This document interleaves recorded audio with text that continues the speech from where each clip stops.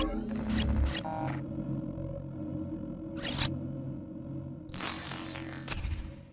right, let's go ahead and kick this off. All right, everybody, welcome to ZeroPoint Module 15. I'm Cryptoid. I'm here today with DanAfrica, TheeObjectiveAlpha, and MetaRyuk. First, before we get started, we'll just do what we always do. We'll just go around the table real quick, let everybody introduce themselves, and tell everyone a little bit about themselves. Since Dan, I know you haven't been on any of these before, do you want to go ahead and go first and just tell the community a little bit about yourself? Yeah, no worries. So I'm DanAfrica. I'm from South Africa, and I'm regular Joe, like a lot of the Dero fans out there. Got a full-time job, as majority, if not all of us have, and yeah, I see the vision, that Dero is setting out, and I'm happy to be a part of the project. All right, cool. Thanks. And Ryuk, you want to tell everybody a little bit about yourself? Sure. I'm an intelligence analyst in real life, and that's during the day. And at night, I'm more of a researcher, especially in the Web3 ecosystem. I discovered Dero, I think, before Christmas last year. And ever since my discovery, I have been hooked and been researching a lot more onto Dero and the privacy ecosystem as a whole. So, yeah, that's just me. Thanks. All right, cool. Thank you. And Alpha, I'm sure you got plenty to say about yourself. Gosh, hi guys. I'm TheeObjectiveAlpha. I'm just a community member. As Dan said, and generally as everyone else is here, I'm just a average Joe, one of the people. I found crypto a good few years ago now. Been through the ringer, been through it all, and I got to Dero eventually, and so I like to think I have quite a perspective, because I actually come from outside the IT computer world. So as I've gone along, I've learned things, and as I learn things, I generally like to write about them. So you'll be able to find various that I've done over the last few years on documenting Dero. So just a general crypto researcher and interested in everything Dero. Right on. All right, so today we wanted to talk about a couple topics. We were going to touch on AI, quantum computing, and CBDCs. A lot of people might not think that all those things are all related, but I think as we get into it, I think we'll see that they're all pretty intertwined at the end of the day, with the nature of technology moving forward. First, though, I guess I just wanted to bring up the general topic of AI itself, and then we'll kind of touch on quantum and go into CBDCs, and then I guess maybe we'll wrap it all together and start talking about all of it. But my first question really is, Dan, what's your opinion on like the current state of AI, and where do you think it's going, and what do you have any thoughts on the industry in general, and or any concerns or anything like that? Yeah, so I mean, for me, you kind of try to keep your ear close to the ground, and a lot of what Dero has done is, it's foresight, it's looking into the future. And AI in general, for me, is still in its infancy. I mean, got all of these big guys, Elon and so on and so forth. They're all, sounding warning shots. There's a couple of governments that have also sounded some warning shots. The potential pitfalls that AI could present. So for me, AI is definitely going to be a big integral part in all of our futures. I think it's going to play a big role in a lot of processes, in normal industry, when it comes to manufacturing, when it comes to financials, when it comes to databases, so on and so forth. And obviously AI is something that's, it gets programmed, but in the beginning. But I mean, if the program is taught how to program itself, that's where the dangers could start coming in. But more than that, I mean, we are going to touch just now on quantum. My biggest thing, or my biggest, not necessarily fear, but my biggest question mark as to where this can go is if AI starts to tinker with quantum itself, then you're going to start dealing with a whole different beast altogether. So while it will become a big part of all of our lives in every facet, shape, form, I do think it's something that does need to be, kept a close eye on. That's just my personal opinion. Well, yeah, I mean, you mentioned AI being able to start tinkering with quantum, but quantum could also give AI a lot of power to continue to do things faster as well. So I know we had a conversation a couple of days ago, and you were talking about the marriage of those two technologies is kind of like it's almost like a Pandora's box, and it's kind of a questionable thing to open. And yes, so now if you now program AI to take care of a whole bunch of things that normally would be human, it would be taken care of by a human action. Now all of a sudden your AI takes care of those actions. But now as soon as you start moving into the next level of AI, which is where you teach AI to teach itself, then if it can teach itself and it starts taking on the quantum problem, it should, technically speaking, to take on the quantum problem a lot quicker than what we have. And if it starts merging, yeah, sure, it can create lots of benefits. There's going to be plenty of benefits, but what are the downsides? So every plus has a minus. So what are the minuses? Where is that going to go? And that's for me where yeah, sure, it's going to help, but also, where's it going to cut our knees off short? Where's that line going to be drawn? Yeah, I think, I kind of agree with that. And, just as a high level view of AI, I think as you guys are saying, we're really in just an observation mode at the moment. And I think we're all kind of learning and kind of think about the pros and cons to this. I think, what popped into my mind was it almost is going to amplify everything. It's going to amplify the good, but it's also going to potentially amplify the bad. Now, when I say it's going to amplify it, I mean, let's talk about maybe the not so good, as in like data analysis of all the data out there. They're just going to be able to feed it to AI, and they're going to just be able to build, models of basically everyone and everything using every single piece of data out there, because it now won't be as big of a job, right? Because they can feed it into an AI who will just process this in a fraction of the time, and it won't think anything of it. And then you also, absolutely, and then you're also going to get to the step where you can program the AI to go out and look for the data. Now, once the AI starts looking for the data versus you feeding it, then you've gone that next step forward. It's one extra step forward. And then from there, once it knows where to look for the data, then it's going to get blocked at certain access points, because certain people are going to put security systems in place, security measures in place to prevent AI and your regular hacker from getting into said data. And then you start dealing with AI that starts tinkering with quantum, that can now all of a sudden figure all of this stuff out. I mean, that's kind of where I'm aligning with, the two merging is very touch and go. And I'm glad you guys took that line of conversation too, because once you have AI analyzing the data, and then you have quantum potentially developing the ability to break cryptography, then the means of protecting your data is also broken, and then the AI is out looking for the data. Yes, and that for me, Captain Co. I mean, as we know, we've it's been years now, and every step of the way, from what I've seen, at least from my personal experience, Captain Co has been always that one step ahead.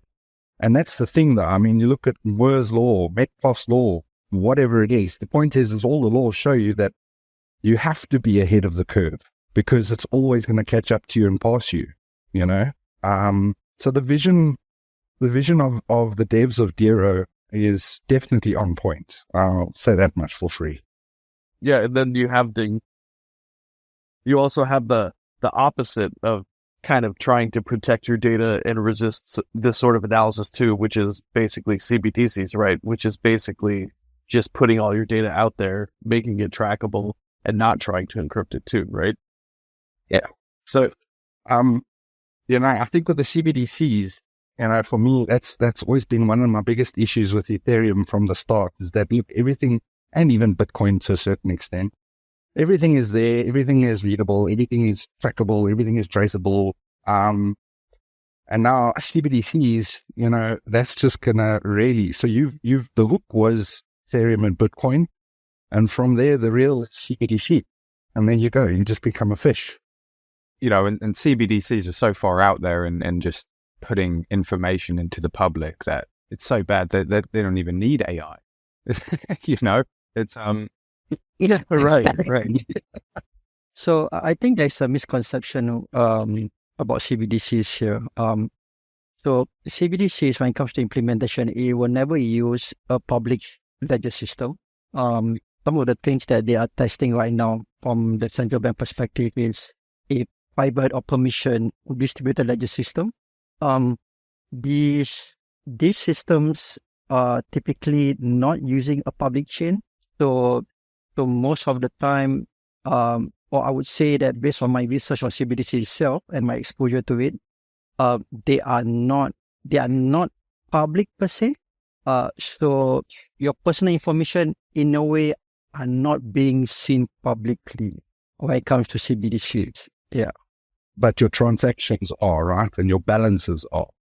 Not really as sure, because CBDCs, no. So with CBDCs, when it comes to implementation, think of it like, so you all have, so CBDCs implement a wallet, not a self-custody wallet, although there are conversation and discussion about CBDCs where they would recommend central bank to issue a self-custody wallet. But that is still in discussion. But so far, for the testing purposes, it's a centralized wallet. So you can think of it as a PayPal kind of thing. No one can see your balance except yourself and the bank itself. So kind of like, think of it like a bank account, right? Only bankers can see the content of your bank accounts, but the public cannot see it. So that's how CBDC's wallet is going to be like.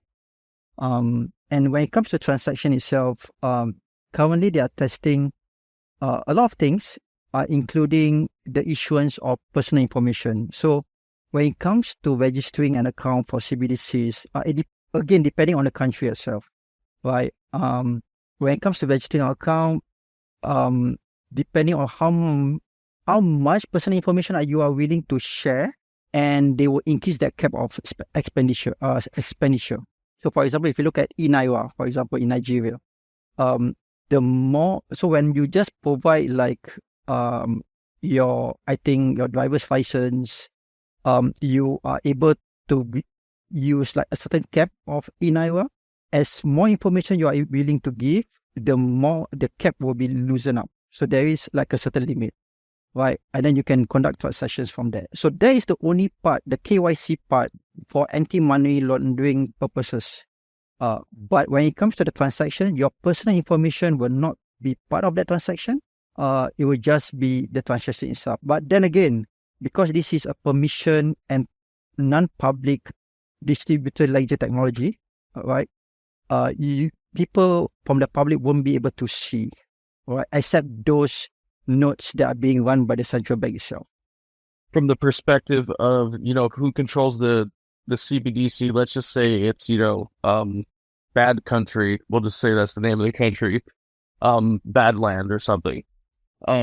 So they would control the CBDC. They have access to the entire ledger, but that's also, these large AI models and quantum computing especially takes a lot of resources. So that would also be the same type of nation state that would be wanting to use that information, right? So there is still, even though it might not be completely public to everyone, like you said, like a bank account, there still are some potential risks, especially in situations where you have an authoritarian authoritarian dictator or something running things and wants to, control, let's say, journalists or something like that from speaking their mind. I mean, there's still risks involved there too, though, right?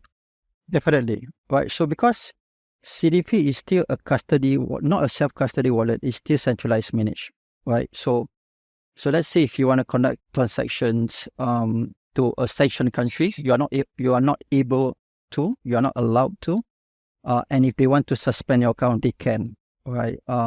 So that's basically, it's like I said, like PayPal, right? If they want to suspend your account, they can, because it's a centralized wallet basically. But again, there are discussion on trying to make it non-custodial. But that itself will have a different kind of risk to the banking industry, ironically. Yeah. Yeah. So look, while I appreciate, look, I mean, I've definitely learned something new today. I think what Cryptoid was saying is that there's definitely still a single point of failure, number one. And like you say, they can, seize your account as and when.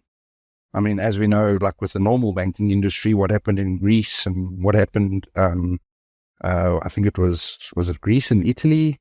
I can't remember the other country, but anyway, they also seized bank accounts, for the purpose of saving the national currency and the national economy, so on and so forth. And then, yes, the big question then becomes two things. Number one, like you said, do they allow self-custody? And number two, precisely what system are they using? And then also number three, you got to think of it from their side. How much pushback is there going to be from their population? A reserve bank can't just go and implement something without factoring in, okay, cool, what is my population of 50 million or 100 million, or in America, 300 million? What are they going to do? If they revolt, well, there goes my whole plan. And then the dollar will drop. So there's obviously major checks and balances that are in play. And also still a lot of question marks. Still not a real comfortable position to be in with regards to CBDCs. So I can answer some of the question that you asked just now. So regarding the using of CBDC. So when we look at case studies of the Bahamas CBDC or the Jamaican CBDCs or the Nigeria CBDCs, these are all already deployed CBDCs. Now, one of the things that you need to understand that CBDCs are not enforced, right? And they always have a goal in mind. Why are they introducing CBDCs in the first place? So, for example, in the case of Nigeria, they are still a cash-based society. They don't have credit cards, pretty much, all cash. And when you look at the way their cash is, so 10 USD is about what, 15,000 Naira? And their currencies is like, I think the maximum is only like 1,000 at max per note, the denomination.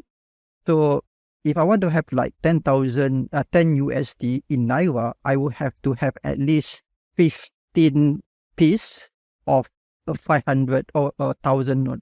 Yeah, around there.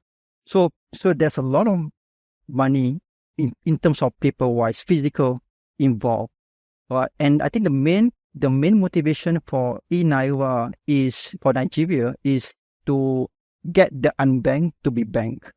And one of the challenges that they have is that even when they introduce e-Naira, the CBDC in Nigeria, they weren't able to get a lot of people to use it. And the reason for that is because of internet connectivity issue and technology-wise. So pretty much in Nigeria, a lot of parts are still relying on 2G and 3G system. For us, in most well-developed countries, we are really like 4G and 5G, right? So when in 2023, they introduced the use of a technology called USSD, not US dollars, but it's a different terminology. And then they start to realize that this technology helps millions and millions of people in Nigeria to bank. So when they introduced this technology in 2023, the people using CBDCs grew up by 300%, right? So people want to use it, but because they are not able to use it because of the infrastructure, So they introduced this technology called USSD, and then people start using it. So it kind of like solves a lot of problems. So these deployed CBDCs in these countries, they have a reason why they deploy it.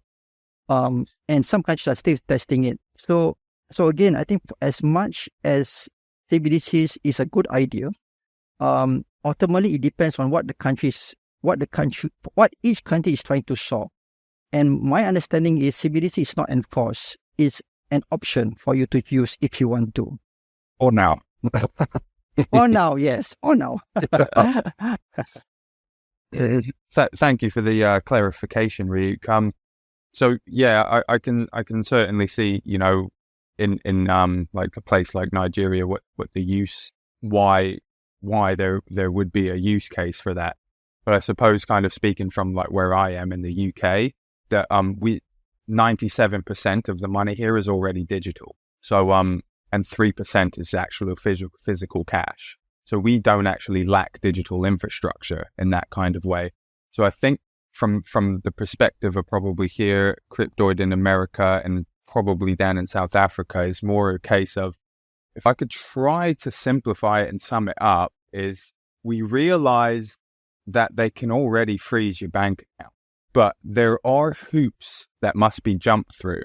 I think if I could try to simplify it, it would be, we suspect that they are trying to, or implementation of a CBDC would take barriers out of the way to the eventual or potential, last resort of money or coins or accounts themselves being frozen. Because that for me is my concern. At least now private banks issue the money and they still have your account. Whereas from my perspective, the CBDCs, the wallets will be issued directly from the central bank themselves. They want to get rid of the private banks. That is taking away barriers. And the other thing I would say is, when the CBDC comes in here, there will be a CBDC law that is passed. And I strongly suspect that in those laws that are passed, that is where the barriers to basically the account freezing and all the bad things that we're kind of hypothesizing about. I suspect that's where most of the tentativeness comes in on this perspective of they're just, it's very real possibility that the barriers and the hoops that they have to jump through are going to be removed, and it's going to be a lot easier and quicker to control individuals via their money and accounts. Yeah, I agree. Well, not only on that point, but I also have a slight suspicion that, especially because it is the central banks that would control it, I've had a slight suspicion that like more stimulus in the U.S. might come via CBDC, because it allows the central bank more control to essentially create money without having to go through like the shell game they do now with like exchanging treasuries and bonds and things of that sort. So to me, there seems to be a real risk for economic impact when you do that. That's why crypto was made in the first place, right? Like, or Bitcoin, at least. You have a set supply and you don't have somebody messing with that supply. So to me, that's where my concern comes in a lot too, is more of the devaluation of currency because of the ability to create it much easier and directly from the central bank itself. Also a fair point. Yeah, so I think just basically all in all, just lowering the red tape, the legislation and barriers that just to do with anything to do with money, even, including issuance, which is just another, terrible infliction of this fiat system that they use. Not to mention that it changed the fiat nature of all of this as well. Yeah, and CBDCs are basically, in my opinion, are just trying to copy what crypto is, but keep the old system in place. But how do you have a system that gives the benefits of CBDCs but still doesn't have those risks? And I think we all know the answer to that is a decentralized private ledger, right? I mean, that it really kind of solves all the issues that CBDCs are trying to solve, and also economic issues at the same time too. it provides stability, in my opinion. Yes, agreed. Decentralization, untamperable. Yeah. So that's what a CBDC should look like. But, the powers that be, is it going to look like that? And like Objective Alpha now stated, when these laws do come into play, I mean, for now, it's by choice, okay, all right. At what point do you get forced? And when you do get forced, is it self-custody or not? So it all ties in together. Yeah, I think for the decentralization aspect, I don't think that's going to happen. Because if you look at banks, even to have relationship with other banks, it has to based on trust, compliance, and there's a regulatory framework to ensure that everything goes well before they are able to be part of the membership within banks, association of certain banks, right? So when you open up to decentralization, that's even worse, and I think that doesn't solve their problem, right? So currently the nodes, whatever that they are testing, is controlled by the central bank itself, and those private companies that are involved are those trusted companies as well. But they are just helping to provide a solution. So, for example, I give you an example when it comes to projects like Project Dunbar, Project Enbridge. So what they are trying to solve here is how do we use leverage retail CBDCs or wholesale CBDCs to transfer cross-country settlement to multiple countries using a system. That's where a third party comes in to help create this system. So what they did in Project Dunbar and Project Enbridge is that they test overseas transactions, settlement, and at the end of the testing, they agree that it's faster, it's cheaper, it's more, it's safer in a way because you don't have to rely on third-party risk. Everything is there because it's just one-on-one, like P2P, right? The problem after the test is that, okay, so now after we done this successfully, the problem they face is, so who owns this particular platform? Who's going to run it, right? And who's going to manage it? And how do we get other banks to be part of this? So in terms of testing of cross settlements and cross-country settlements is successful. It's just a matter of how do we get this CBDCs platform to be adopted by other banks and other countries. Yeah, so they have a different problems despite the successful testing of this kind of problem that they're trying to solve. Yeah, I don't think the banks are ever really going to try to decentralize it at all. I mean, they're just going to basically keep running it like they currently run their system. But I guess my point was more leaning towards is if you do decentralize it, like with cryptocurrency, like with Zero in particular, you need the decentralized ledger so everybody can see what's going on in a way. You need consensus from the network, but at the same time, you still need it to be private. So, hence the homomorphic encryption of the data. So all the nodes can actually come to a consensus on what happened, even without knowing the specifics of what happened. And that privacy though can be broken. And also, I mean, there's a I just kind of want to get into cryptography for a second here. So not only are you trying to protect the information that you're actually exchanging, but then there's also the issue of private keys, right? And Bitcoin as it stands right now, there's not that many people that are actually even concerned about, well, what happens if a quantum computer can break every private key? And I think that's a conversation that doesn't happen enough. I think everybody here is aware that the Zero devs are currently only working on quantum resistance right now. I think it's a big deal and it should be at the forefront of more projects, like their goals basically. But I don't know, what do you guys think? Do you think that quantum encryption is actually, or quantum resistant encryption is actually necessary now, or is it something that's still science fiction? Yeah, so I'll just quickly jump in here. So I'm going to give you my layman's terms understanding of quantum computing. So the way that I understand it, or the way that I learned it, was in computing, computing is ones and zeros. ones and zeros that follow certain patterns that do certain functions. Whereas quantum computing, it technically delves into another realm, to the point where a zero can mean a one and a one can also mean a zero. So, in the same instance. So quantum computing operates on the next level. It's literally in another realm, as they say. That's why they say it's opening up realms and so on and so forth. It's only because a one can be a zero and a zero can be a one at the same time.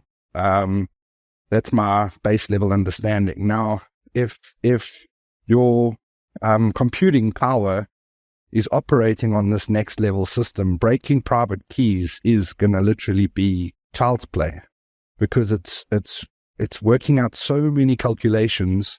Your current private key, your hashes are going to be child's play. So again, the Dero devs are one step ahead, and that is absolutely where their focus should be, because there are already quantum computers. I mean, the current quantum computers that I've seen are the size of a room, a 4x4 meter room. That's what the computers are. But I mean, if you look at what our original computers were, our desktop computers, they were also the size of a room. Now it sits on your wrist or in your pocket,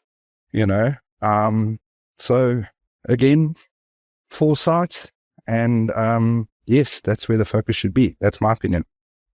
If I may, I just want to add to what Crypto was talking about, the encryptions and privacy when it comes to CBDC. Before I jump into the quantum computing stuff. So interestingly, the Bank of England, they kind of like highlight when it comes to creating the digital version of the pound, it has to have these priorities, which is privacy, security, the resilience, performance, and extensibility, including the energy usage. And what's interesting here is the mention of privacy. So there is this project in 2023 called Project Tourbillon. Right, it's spelled tourbillon, but I don't know why they pronounce it as tourbillon. So this project, right, what's interesting about this particular project is the introduction of a mixer inside a CBDC platform, right? So just imagine Tornado Cash, but implemented in a CBDC platform. So this is how they are trying to enhance privacy of the transaction. And interestingly, right, David Chom, which is the inventor of eCash, is part of this Project Tourbillon.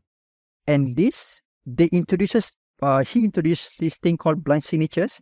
And guess what kind of encryption is introduced to this Project Tourbillon? It's homomorphic encryption. So homomorphic encryption is actually being explored in Project Tourbillon, which is a CBDC project, and a mixer, which is, they call it a mixed network, to enhance and increase the privacy of the transaction. Interesting, but this is something new, which happened late last year. So if you're going to want to check it out, it's called Project Tourbillon, Tourbillon. So when it comes to CBDC, a lot of people say, oh, CBDC has got surveillance, we don't have privacy. But interestingly, a lot of central banks are including privacy as part of the requirement when it comes to the implementation of CBDC. Interestingly. So yeah, that's just want to put it out there. Yeah, honestly, I think if they if we're talking about selling an idea to the people, as much as the people do, we think go along with everything. I think it, probably speaking from here in the UK, you would need privacy to be able to get the people on board. So yeah, I do, there is kind of benefit to looking at, governments when they do kind of research these things, because where they do see a need for a thing, they do actually do good research.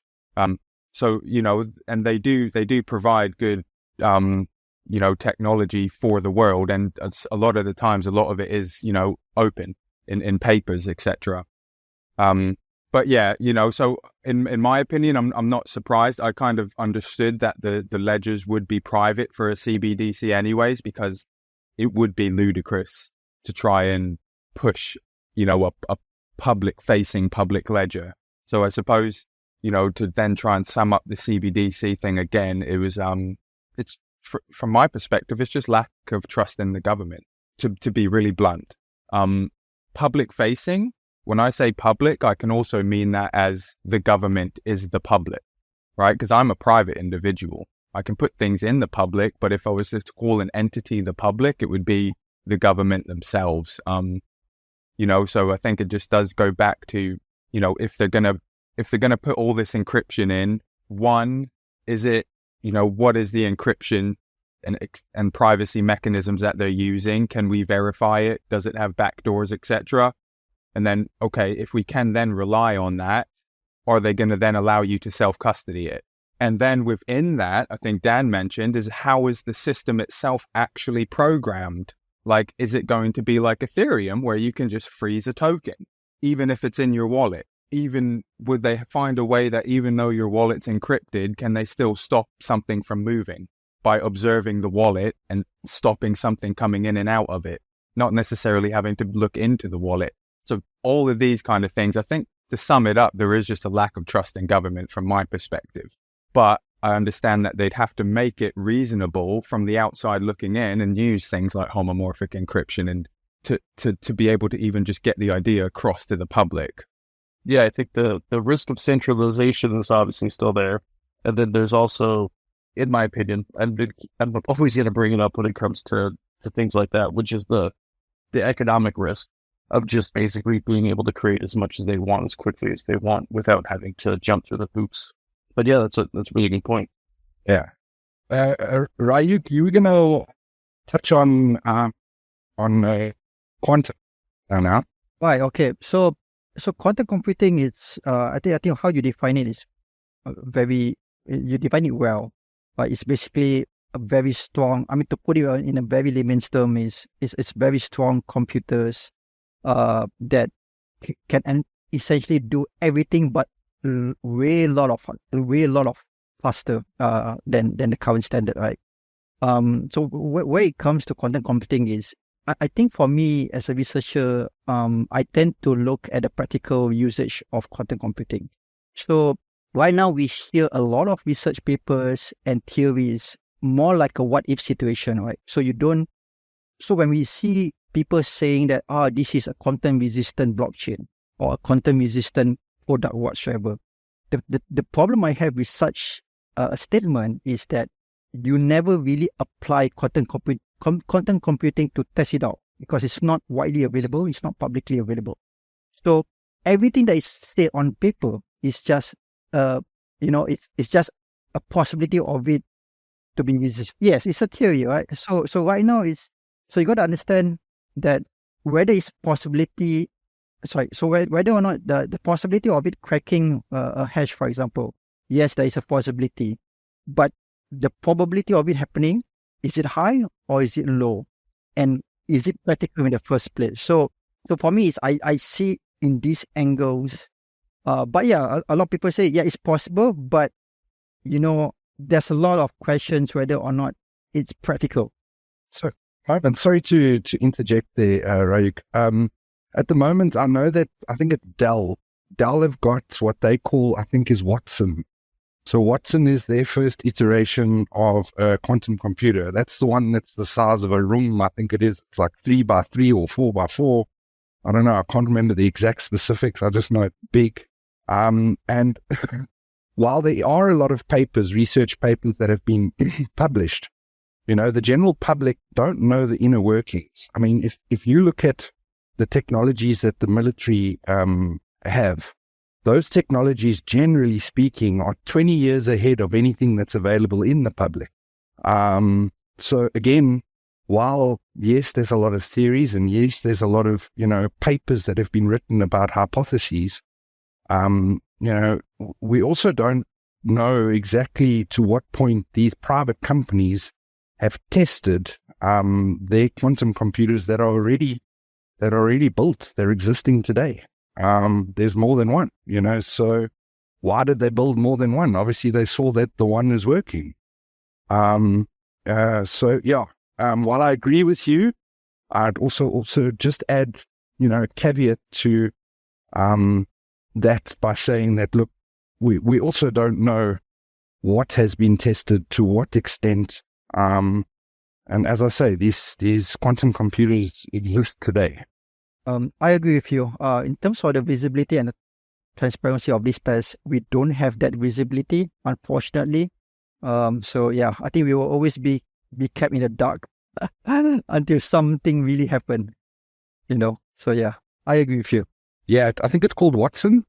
Well, Watson was an IBM project. IBM, there you go.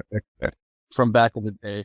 Yeah, but IBM does have pretty much the lead on the quantum realm right now. And Dell has got their own, I believe.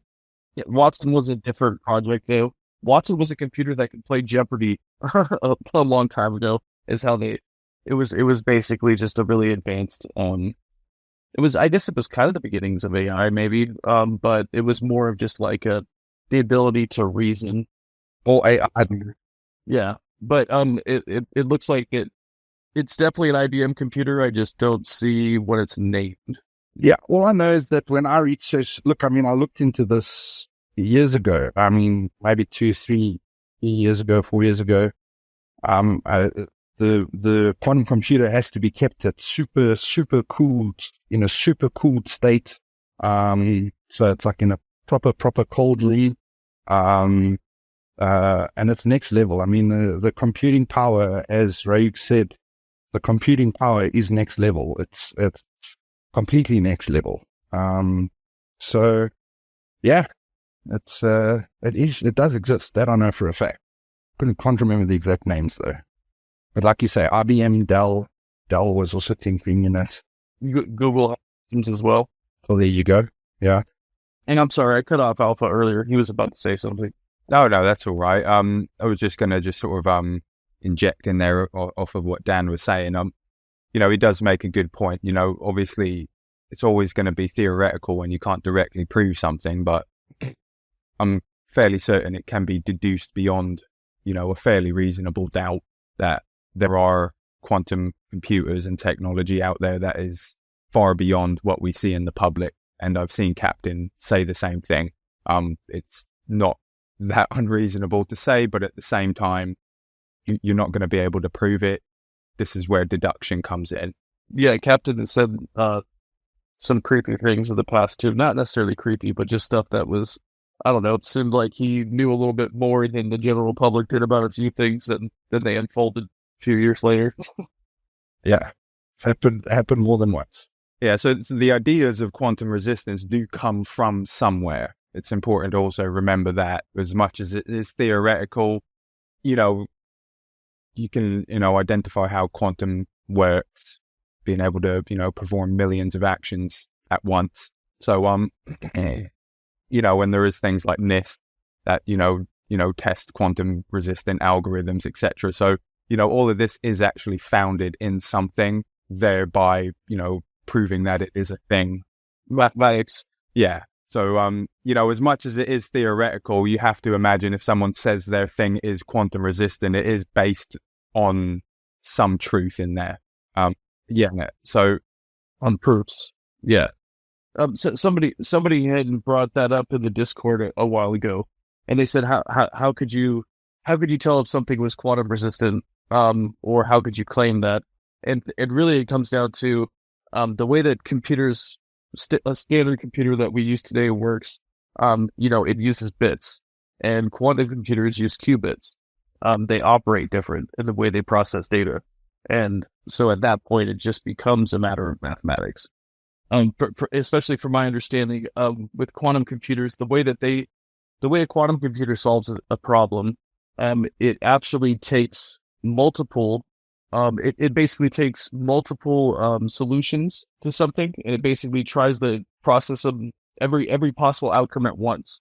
Is kind of how it works. And so it's not chewing through the data like a binary computer would. It just kind of takes the question and analyzes it for what would the answer be, and the answer just kind of pops up that way.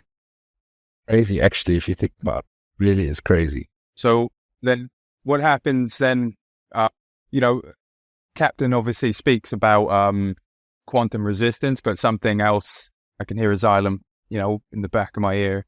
Something else Captain does speak about is AI.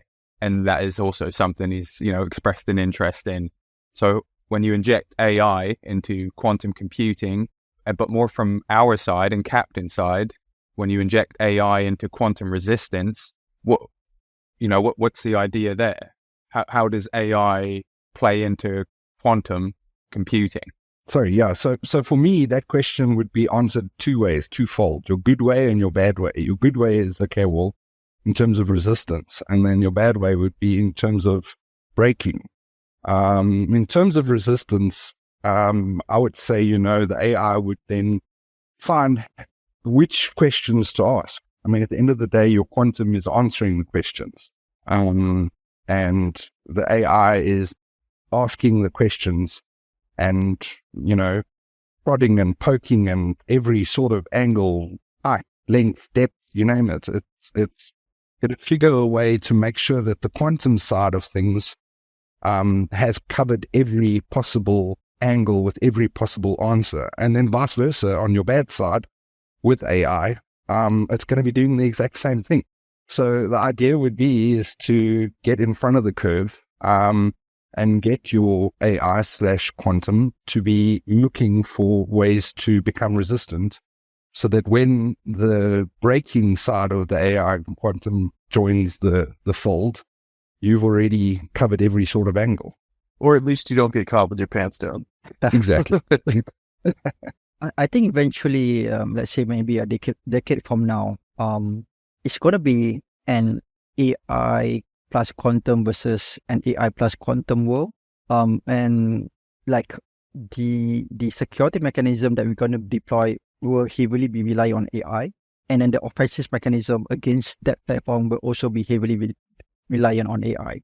I think I've seen this being demonstrated before in DEF CON in Las Vegas back in 2014, if I recall, or was it 2016? I can't remember. So what happened during the on stage? They produced two sets of servers, both are running on AI. So what they try to do is this side of the AI will have to find vulnerabilities on this AI system. But this system also with AI will have to quickly find that vulnerability and try to patch it quickly, right? So it was a very interesting demonstration of AI versus AI. And I think that was in 2016, if I recall, watching that on stage in Las Vegas. So I feel like now that AI is much more mature, when we look at generative AI, and then we have this so many image, video generation that relies on AI. It's just crazy, right? And just imagine, like in the past, you can't create 3D models using AI, but now you can. And now it's just a matter of time where you can actually export 3D models and implement it in your own architect situation, right? So I think this is going to be an AI versus AI world in the future, and we are just the spectators. Just a quick one, Ryuk. Just a quick one. What was the outcome of that battle in Las Vegas? Yeah, I can't remember. It was a very good. So that battle, if I'm not mistaken, is still on YouTube. If you look at the DEF CON channel, DEFCON channel, I think you put like an AI versus AI on YouTube, you will see that video. I can't recall I can't recall the outcome, but it was a very colorful, bright, so-called demonstration. Yeah. So you are doing defensive and offensive via AI, right? So it's a very interesting thing. But I think in the question of AI, I feel like right now, as much as I enjoy using it, like ChatGPT and stuff, the problem I have with current AI is that it's not open source. The narrative is controlled. Certain questions you can't ask unless you hack that version, right? And then it's very open. Right? So I feel like as much as I want AI to be more open, the current situation here is that I think AI is still being controlled by humans, right? The narratives, certain question that you can't ask until that is being tackled, where we have an open source AI, like everybody can use it.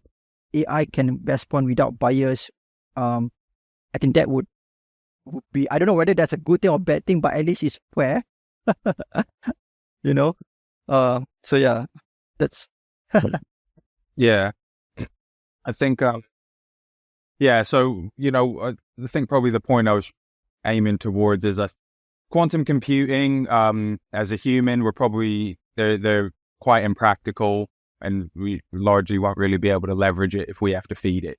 I think AI, and it's probably why we've seen, maybe stagnation or no real public implementations of quantum computing, really. But I think naturally, logically, in my mind, AI and quantum computing go hand in hand. And I think that's why I probably brought up, the tug of quantum computing versus quantum resistance. It just makes sense, right? So, and then when you look at Captain and how he speaks, he kind of speaks, about both of them. And then on top of that, or just to kind of delve into AI a little bit more, because you raised a good point, the problem is private, right? Private people developing private AIs, closed source. I'm pretty sure if Captain ever implements something, the whole idea would be an open source AI. So, just AI and QE, I think, kind of go together. Yeah, that's it really. Yeah, I agree. Well, at least, like you say, in terms of a man on the street, usability, what sort of functions is a man on the street really going to get out of quantum, unless he gets to use AI to, sort out really complex problems. So your 3D models as well, that's highly complex. I know that you can get AI to do it, but I think once you marry the two, you start dealing with a completely different beast, in my opinion. So I agree.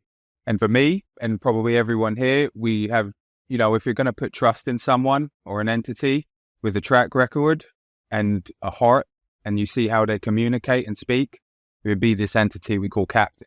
Like, where else are you going to turn? Like, what are we actually talking about here? This is why, for me, Dero is so, if like, just type Captain into the Discord and just read everything he's ever said. Look at what he's built. Like, we're not really going to have a choice in all of this, in AI and quantum computing, as plebs, as commoners, right? So is it going to be the governments or the private companies we're going to put our faith in? Well, no, obviously not, because we're all here in crypto to take the trust away from them. Like, that's, and, just veer off. That's the crux of why no one really likes CBDCs, because trust minimization, right? Now, boom, let's get back into it. Where are you going to turn? Who are you going to trust? Like, look around. I've never observed anything that's built like Dero, and I've never observed anyone that holds themselves like Captain. We have to put that trust somewhere, unfortunately, because I'm not an AI expert, and I'm not a quantum. None of us are a quantum computing or quantum resistance expert, and I think most founders and cryptographers out there that build these crypto projects they're all kind of subverted or feeble, or it's a strange thing. Someone can build something that's like 80% correct, and the last 20% you're like, what are you thinking? So, like, Dero and Captain is just the most complete picture I've ever come across. At the end of the day, guys, there's only ever really trust minimization. In a tangible realm controlled by man, everything's going to be controlled by man at some point. So the only thing you can do really is minimize the trust, or do your best to mitigate it. And there is no, in my opinion, better place than this, considering that the man Captain has spoken of and shown express interest in AI and quantum resistance. Yeah, 100%. And I mean, just to back up what you're pretty much saying, you're actually putting your trust into math, into logic. That's where you're putting your trust into. Yes, you're putting your trust into Captain and Co. But it's also the map, the source, the code that runs Zero. That's where the trust is, and as long as, like you say, trust minimization, decentralization is there, then, it's something worth putting your trust into, because it's something that's, nobody can take away from you. So for me, it's when the question of trust is, I would add another attribute. So you have to you have to rely on trust, and at the same time you have to verify as well. So if we are talking about devil's perspective, I would say that you could trust Captain's word, but there needs to be a way to verify, right? So in this context, it's the coach, right? So you can trust Captain as an anonymous person because no one will see it, right? It could be a single individual or a group of people using Captain as a front. But ultimately, you eventually need to verify. So once you are able to verify his work, then that's when you are able to, fully trust the person behind it. Otherwise, it's going to be hard to just trust an entity that you have never personally met without verifying it. So, yeah. Yeah. So, and that's where open source comes in. And, in my opinion, test nets are lovely, but the real world is the ultimate test net, and, just having something out there and being poked and prodded by the real world. And if it could be broken, it probably would be. But yeah. Oh, yes. Cryptoid will agree that people have tried. They've tried many a time, and they haven't come right on the Zero side.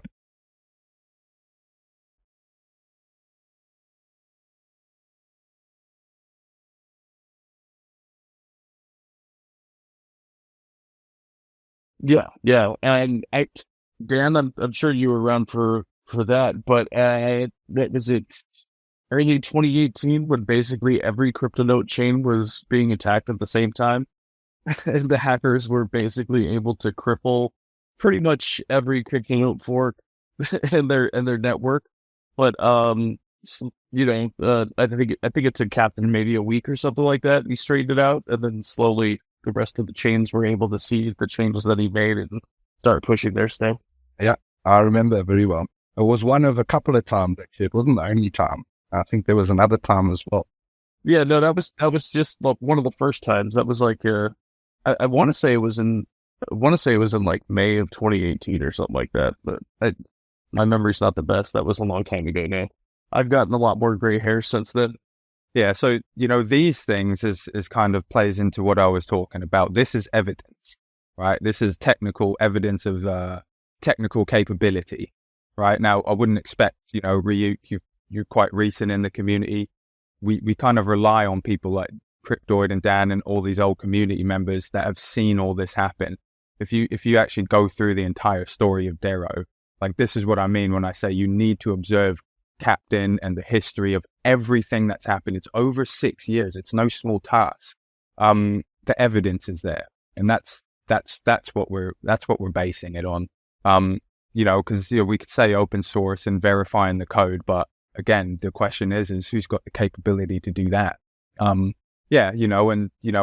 favorite one is the block DAG. For the world's first block DAG was created by Captain. I've got it here on the Atlantis network. Block 82,800, so 82,800. Attack 550 megahash to 1.95 gigahash. A 70% attack with 0 issues. The public does not notice, but it is well recorded in the blockchain history. This was years ago. Captain has been mitigating, and his only focus and concern is security. Like, that's just what he does. Just to add to that, that was like one of the things people had with DVM and using BASIC for the smart contracts. People had a big problem with that because they couldn't make these big, complicated smart contracts. But the reason why certain functions weren't there, and the reason why they chose BASIC was exactly what you're talking about, security. But yeah, continue. I apologize. I just hadn't said that.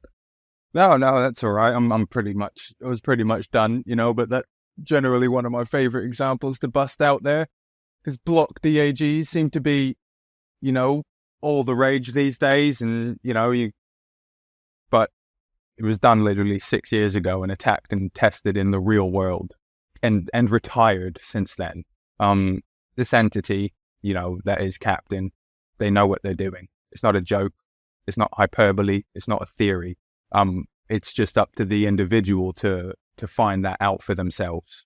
And no one's ever going to hold your hand. What's the Satoshi saying? If you don't have time to learn about it, I don't have time to explain to you, or however it goes.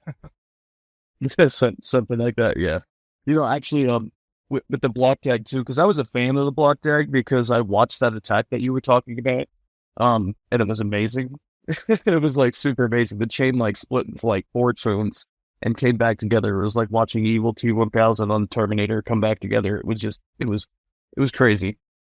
But I asked Captain, I said, so why'd you get rid of the block tag? And his answer was simply, it's not necessary anymore. So anybody beating on the block tag drum, you probably don't need it if you did it right. So, so I'm going to go away and I'm going to think to answer why. Not now, but today. Yeah. Well, I wasn't going to wait around for you. Because most people are going to tell you, most people are going to tell you today that it's the most advanced and secure thing to do, which it is, So why would he say that? Yeah. It was. It would be foolish to presume he doesn't know what he's talking about. I thought it was computation. I would have to agree.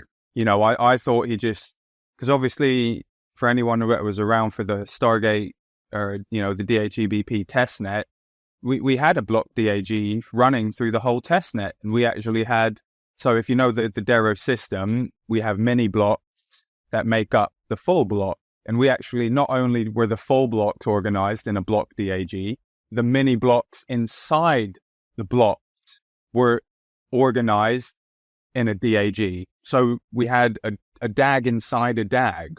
That's how unreal the actual technology is. We didn't implement that on mainnet.